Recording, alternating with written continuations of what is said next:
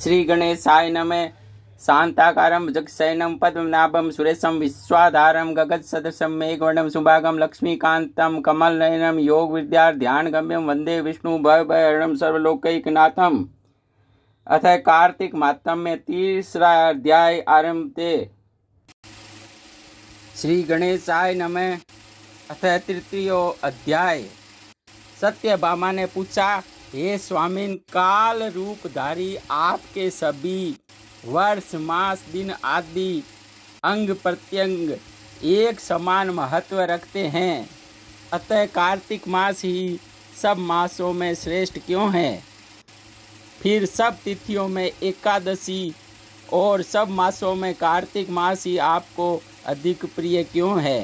हे देवेश, इसका कारण कहिए। श्री कृष्ण जी ने कहा, हे प्रिय, तुमने मुझसे बहुत ही अच्छी बात पूछी। इस विषय में महाराजा वेन के पुत्र पृथु और नारद का संवाद कहता हूँ, एकाग्र मन से सुनिए। इसी प्रकार एक समय में नारद जी से राजा पृथु ने प्रश्न किया था कि सर्वज्ञ नारद जी ने पृथु को कार्तिक मास की महिमा बताई थी।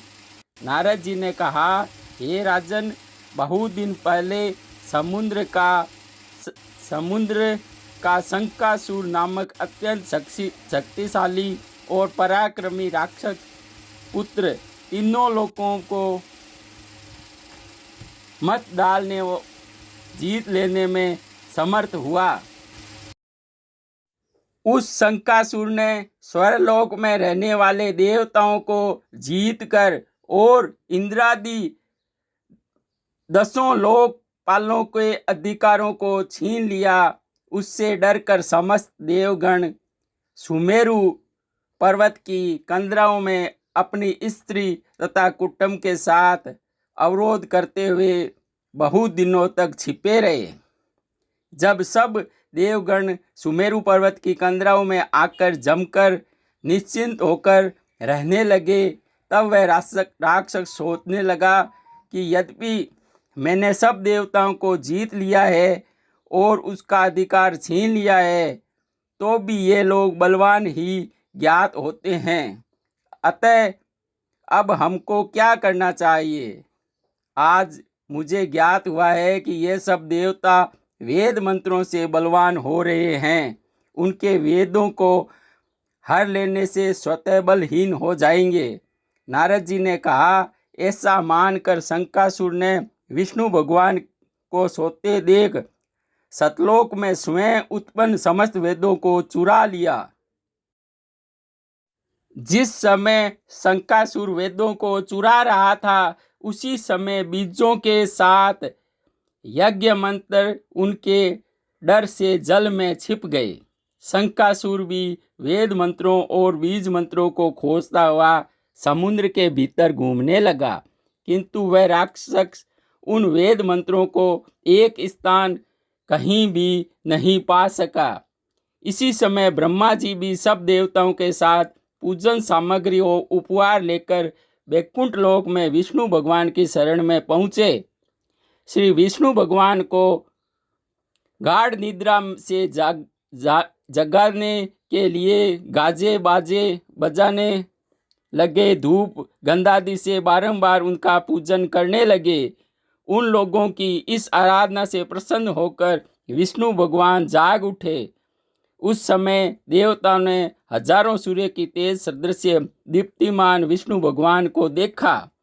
तत्पश्चात देवताओं ने विविध सामग्री द्वारा 600 प्रकार से विष्णु भगवान का पूजन करके पृथ्वी में दंडवत किया तथा विष्णु भगवान ने उनसे कहा, विष्णु भगवान ने कहा, हम आप लोगों के इस कीर्तन तथा मंगल गान से प्रसन्न हैं। आप लोग अपना अभिष्ट वर मांगे, सहर्ष दूंगा।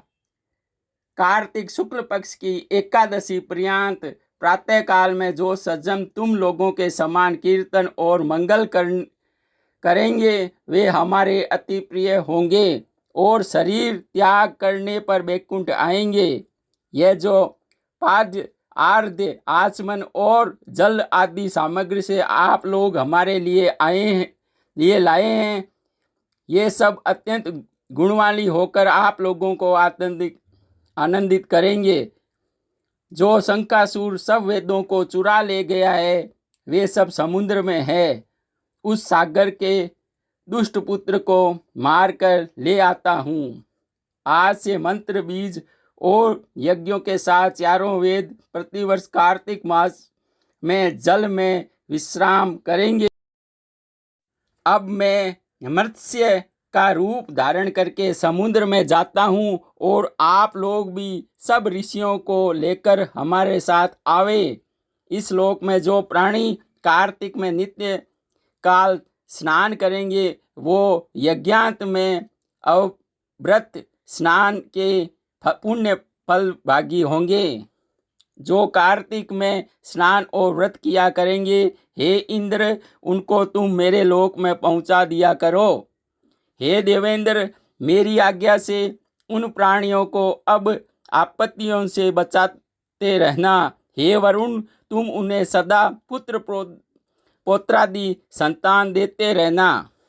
हे धनापति कुबेर, मेरी आज्ञा अनुसार तुम उन्हें धन धान्य बढ़ाते रहना, क्योंकि इस प्रकार का आचरण करने वाले प्राणी हमारा रूप धारण करके जीवन मुक्त हो जाया करते हैं। जन्म से लेकर मरण पर्यंत विधि पूर्वक जिसने यह उत्तम व्रत कर लिया है वह आप लोगों को भी पूजनीय है। आप लोगों ने मुझे कार्तिक शुक्ल एकादशी तिथि को जगाया है, इसी से यह एकादशी मान्य है और हमको बड़ी प्रिय है। हे देवता लोग, ये दोनों व्रत विधि पूर्वक करने से प्राणी मेरे समीप पहुँचते हैं। इस प्रकार का कोई तीर्थ न कोई व्रत और न कोई यज्ञ है जो स्वर्ग दे सके। इति पद्म पुराणे श्री कृष्ण संवादे भाषा टीका सहितम कार्तिक माहात्म्य तृतीय अध्याय समाप्तम।